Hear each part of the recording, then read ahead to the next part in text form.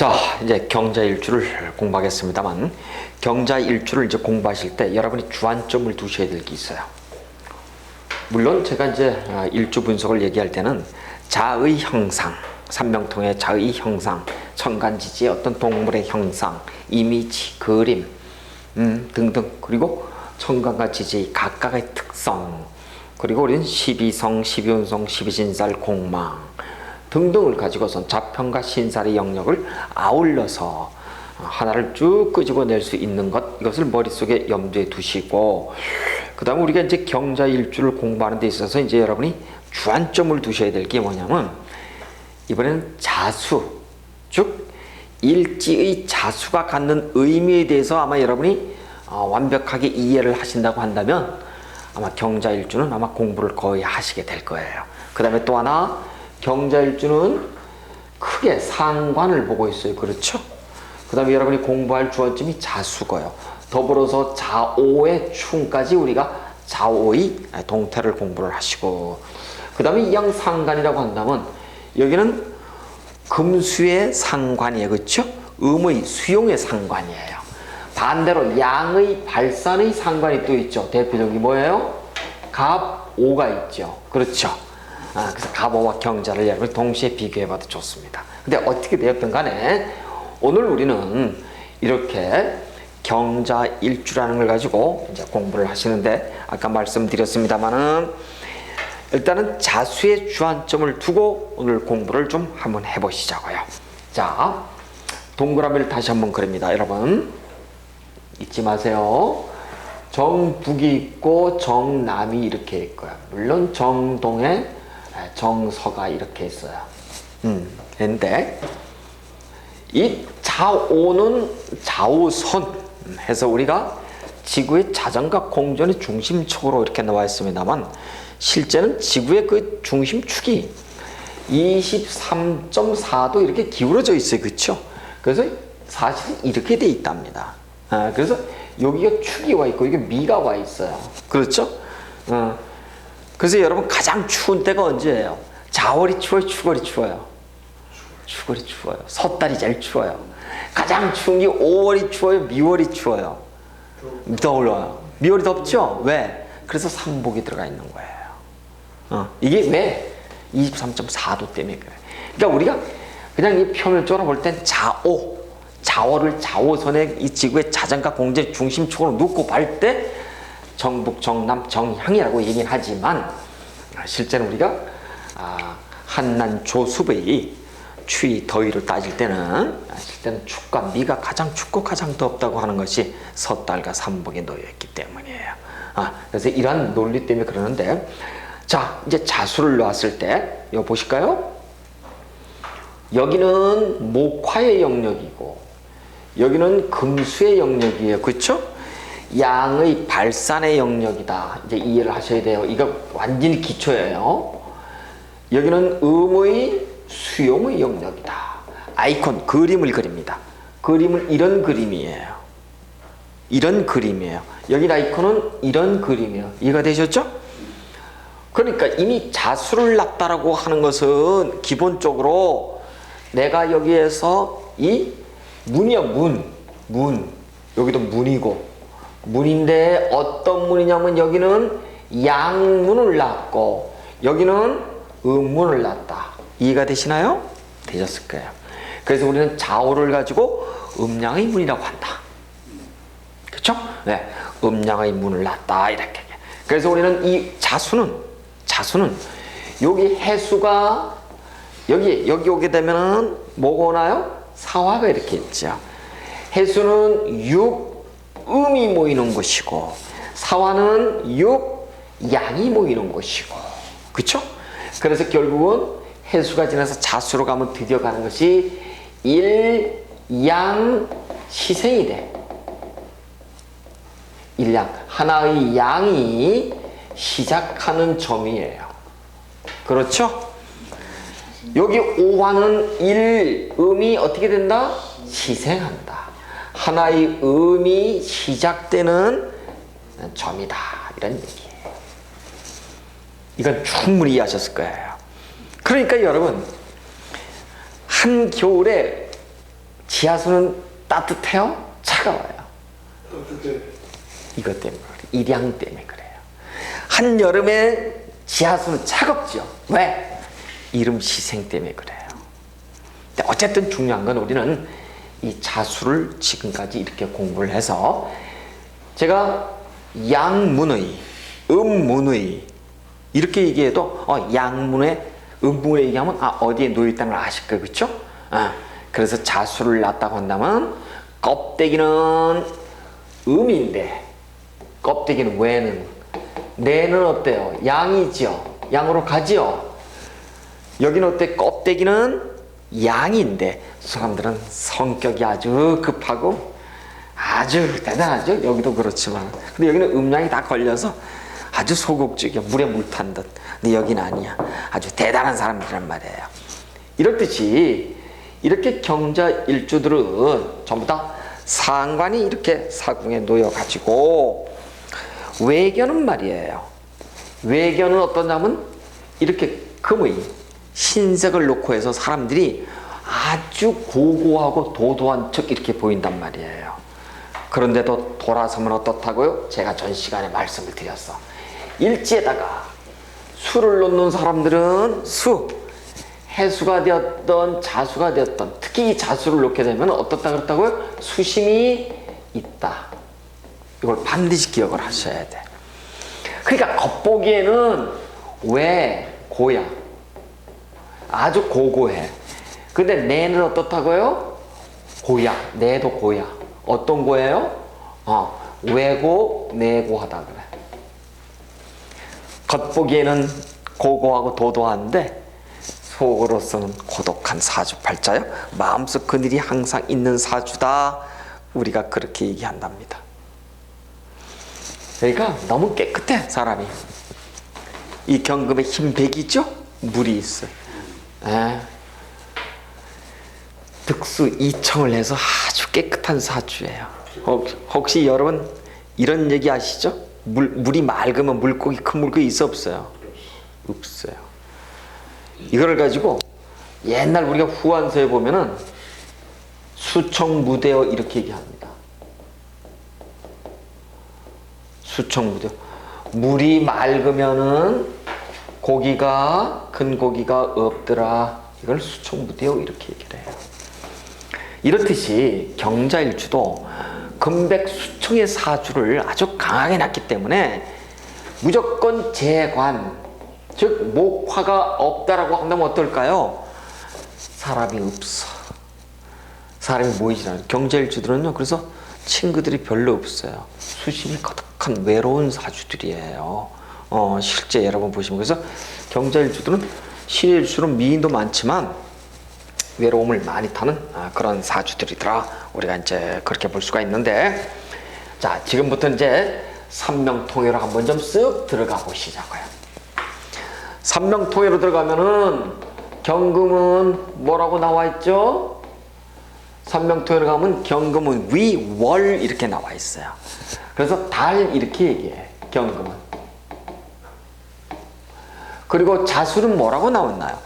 자, 위, 묵지 이렇게 나와 있어요. 묵지라고 이렇게 얘기를 해요.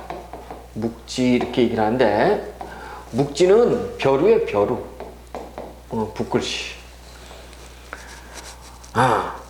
여러분, 이 자수를 놓은 사람들은요, 일지에 손재주가 대단해요. 특히 이게 문장가들이 있죠. 글씨 잘 쓰고. 그래서 여러분, 혹시 자년에 태어난 사람이, 내가 쥐띠야. 근데 저기 시가 해시에 태어났다. 그러면 쌍어유묵 이래서 이런 삼명통해 같은 데서는 대단한 문장가요. 그 다음에 이 손재주가 좀 붓글씨 잘 쓰고 서야 하는 사람들 있잖아요. 다 그 사람이 다 타고나는 거예요. 그냥 아무나 잘 쓴 게 아니란 말이에요. 그래서 일단 일지에 이렇게 자수를 놓고 삼명통에 천간에 달을 놓고 묵주를 놨으니까 대단히 문장가로서의, 문필가로서의 아주 달변들이 많아요. 이 경자일주들이. 그래서 여러분들 이제 보시면은 아마 문장가들 중에서도 특히 이제 그런 걸 좀 볼 수가 있는데, 우리는 이제 지지의 동태가 자수를 한번 볼까요? 이 지금 자수를 좀 조금 전에도 말씀을 드렸습니다만, 이 자수는 쥐예요, 쥐. 쥐를 우리가 한마디로 특성을 규정 지으면은 뭐라고 얘기하는가요? 저는 한밤중에 잘 돌아다니잖아요. 그렇죠? 그래서 한밤중에 밥을 잘 먹는 놈이라 그래서 야반제라 그래. 야반제는 얘기 들어보셨나요? 야반제 이렇게 얘기해요. 그래서 이 자수를 놓잖아요. 조금씩 자는 건 잘하는데 자다가 조금씩 자다 일어나고 조금씩 자다 일어나서 밤잠이 없는 경우가 많아요. 굉장히 부지런해. 바지런하고요. 이걸 우리가 일지에 자수에 쥐를 놓게 되면 야반자를 놓기 때문에 그래요. 그래서 이 자수를 놓으면 수심이 있어서 사람이 조용한 듯이 보여. 근데 실제는 어떻다고요? 분주해. 밤에 돌아다니는 야반자의 특성 때문에요. 여러분 그 지지를 이제 이 자수의 야반제를 알 정도면 지지를 많이 공부하신 분들이에요. 그래서 굉장히 분주하게 움직이는 속성이 있는데 이 천간의 동물을 한번 볼까요? 천간의 경금은 뭐예요? 식간 분배지리에서 보면 천간 경금은 매라고 매, 새라고 새 날아가는 거야. 예. 그 다음에 이거는 쥐고요. 매하고 쥐는 말이에요. 여러분 어떤가요? 다른 동물들은 쫓으면 돌들면 도망을 가는데 매하고 쥐는 싹 도망가는 척하고 계속 쳐다봐. 그리고 또 내가 목표가 정해지면 어떻게 하는 거야? 쥐도 요만하지만 반드시 도망갔다가 구멍에 쏘봤다가 주인이 어디 있나 없나 봤다가 없으면 살짝 와서 가져가. 그래서 목표 지향, 목표 추진력이 대단한 사람들이에요. 이 매하고 쥐를 낳기 때문에 이런 사람들은 도중에 실증은 잘 낼지 모르지만 목표가 정해지면은 절대 놓치지 않는 사람들이에요.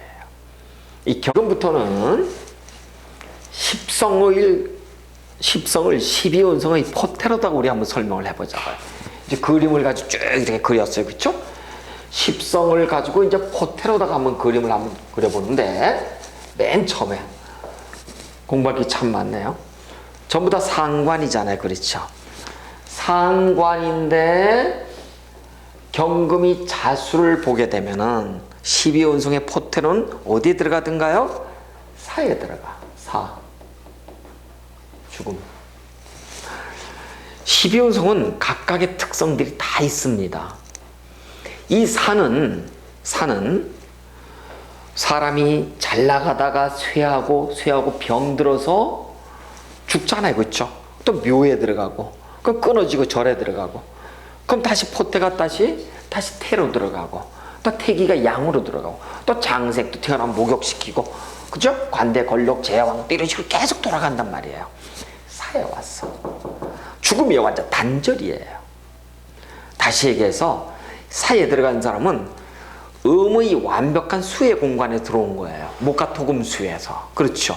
수는 북망상천이죠. 검은색이고 우리가 죽으면 검은색을 달듯이 목화토금수의 수의 영역에 음의 완전한 수용의 영역으로 들어와 있어요. 그러니까 이런 사람들은 지식보다는 지혜의 체계들이에요. 그래서 생각이 많은 사람들, 관념적인 사람들, 머리가 좋은 사람들이 많죠. 그래서 이런 사람들은 사업보다는 생각을 가지고서 아이디어 뱅크들이 굉장히 많은 사람들, 우리가 그렇게 본답니다.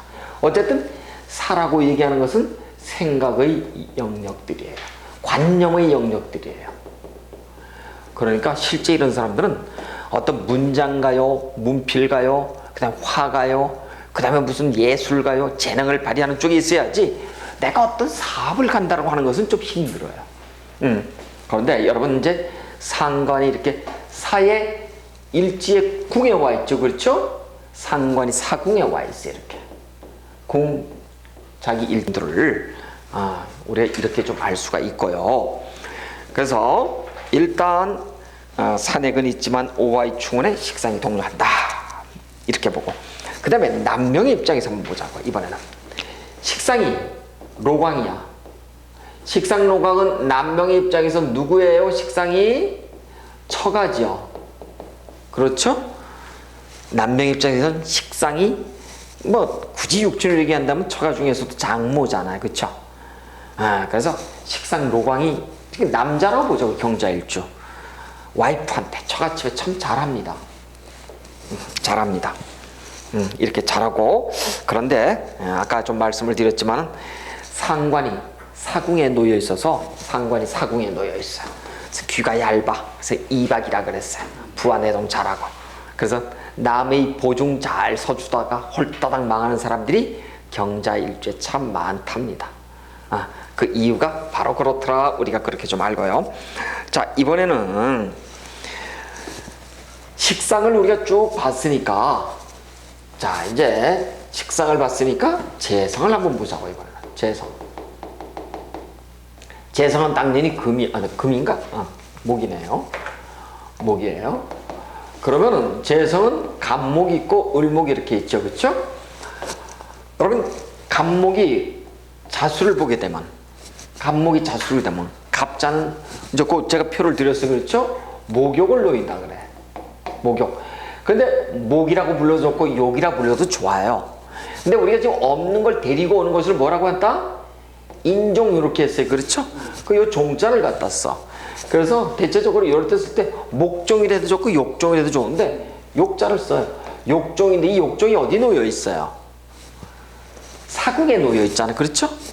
경자사 사궁에 놓여 있어요. 욕종이 사궁에 놓여 있어요.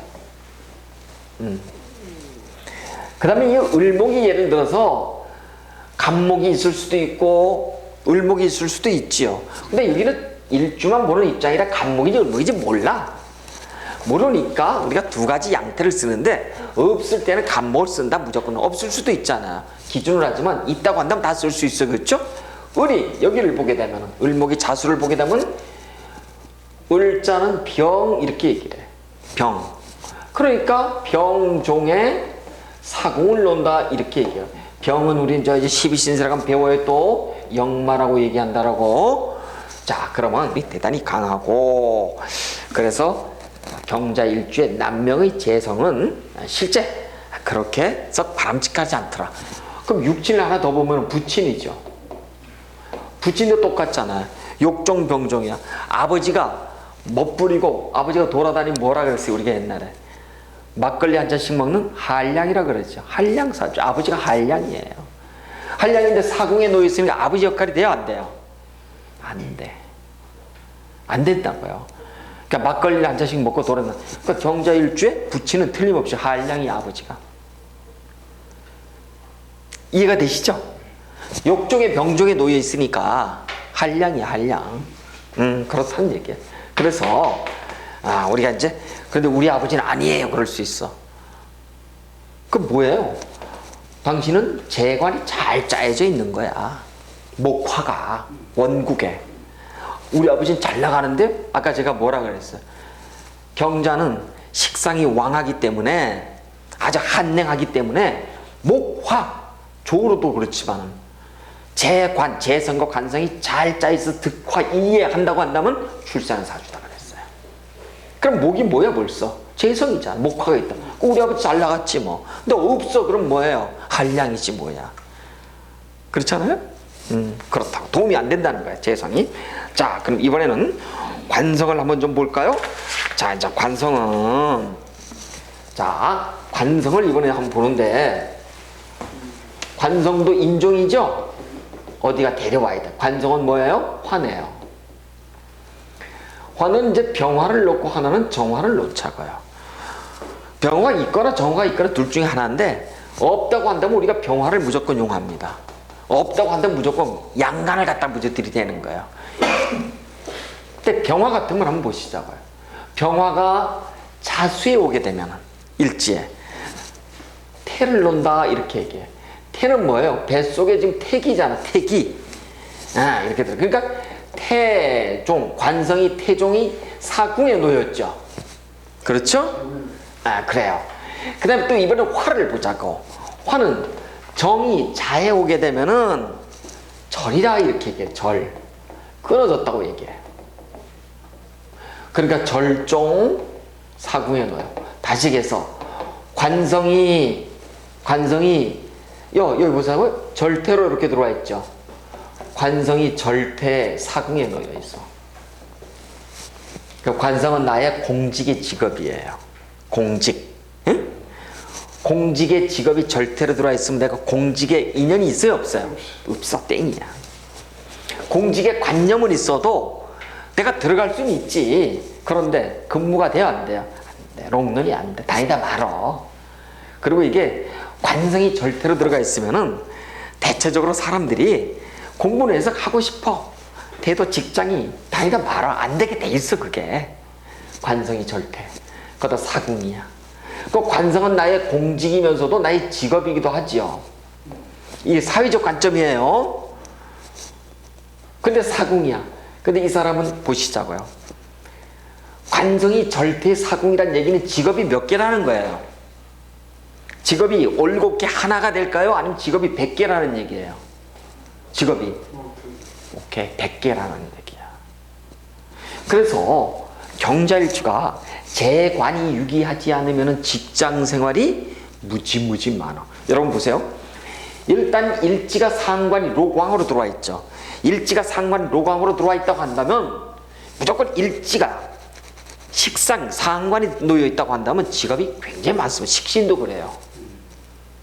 남명이나 여명이나 왜 식상이 일지에 놓여 있다고 한다는 것은 육체의 관점에서는 자식이 될 수도 있지만 여명 입장에서는 남명이나 여명 입장에서는 둘 다 관성을 치죠. 사회적으로 직업을 치는 거예요.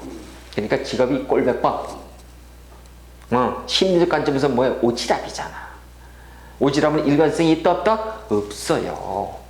그래서 직업이 이렇게 많아. 그래서 여러분 관성이 절대로 놓여있다고 한다면 직업이 꼴백번도 더 많아. 그래서 반드시 목화의 재관으로 짜여 있는가를 우리가 보여야 돼요. 그것이 목화의 재관이 원국이 아니더라도 대운에서 기본적으로 있는가 봐야 돼요.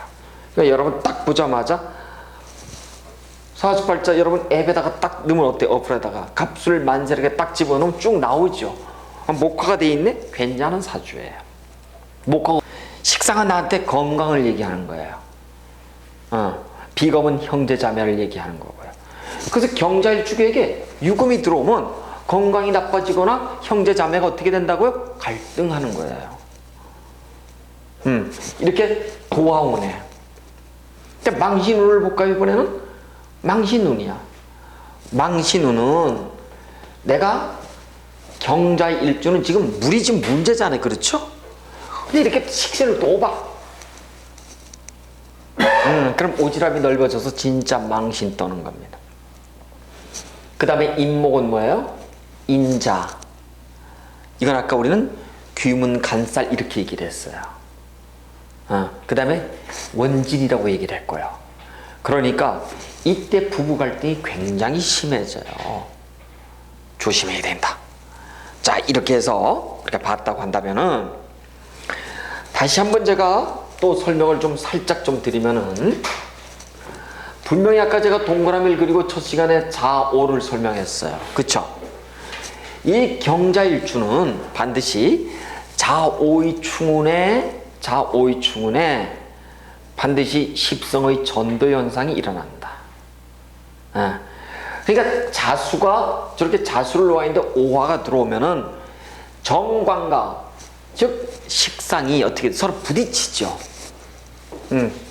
그래서 여명에게는 상관 경간의 운이 들어오고 또 하나는 여명에게 있어서는 이 경자 바이알에 눌린 식상의 기운을 열어버리는 그런 기제가 됐죠. 그래서 결혼하거나 임신합니다. 그리고 여명의 입장에서는 관성, 남편을 얻는 기운이 들어와요. 남편이 잘된 기운으로 들어와요. 왜?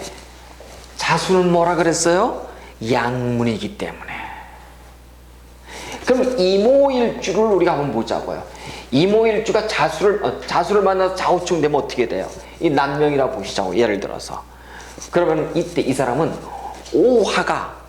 오화가 깨져서 들어오는 형국이죠.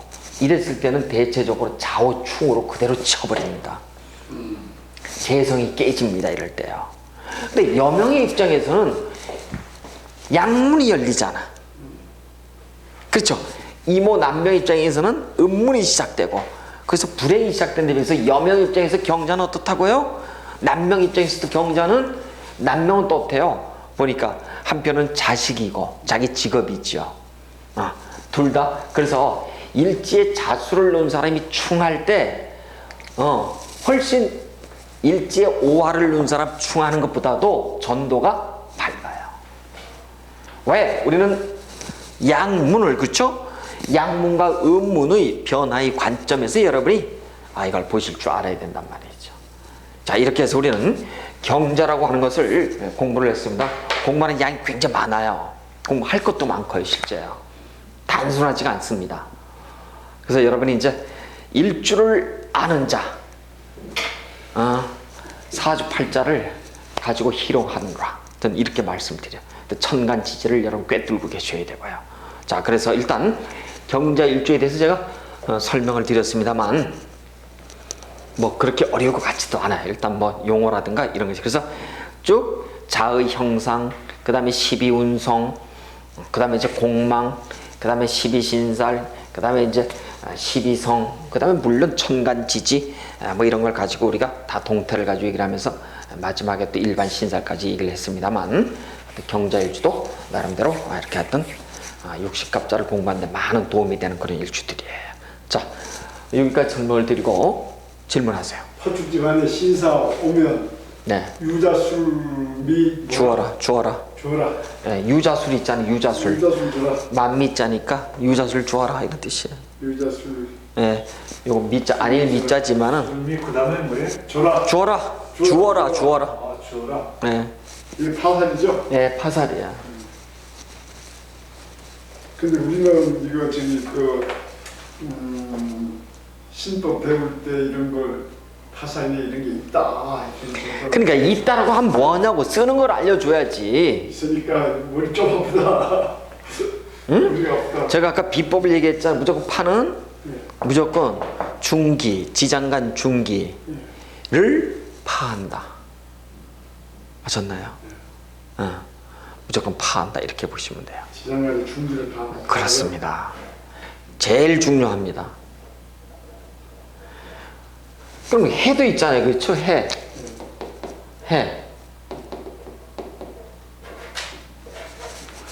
해도 해가 있죠. 그렇죠?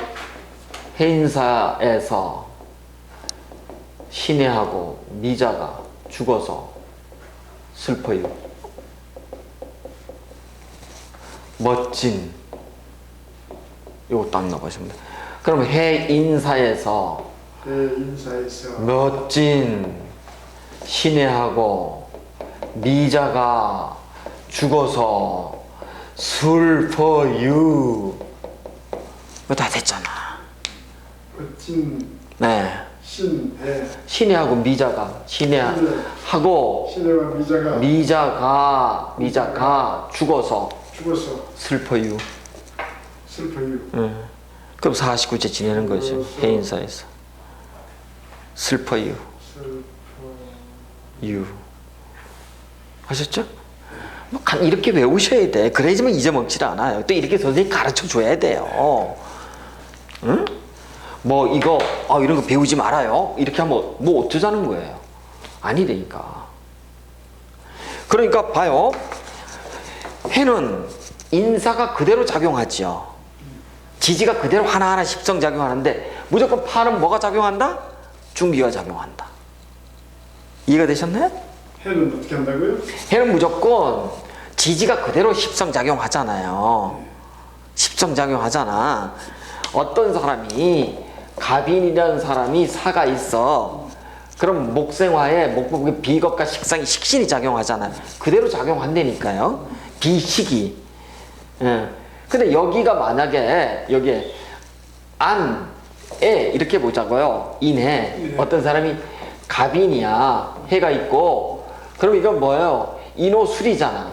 여기는 해 묘잖아요. 요 두 개가 작용한다니까.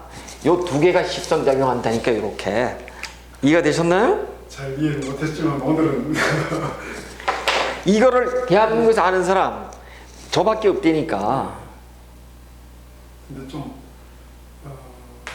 더 깊어지고 이렇게 저희들도 이해를 할 수 있으면서 그러니까 이제 이런 것들을 우리가 기초 때 이제 외워놓잖아요.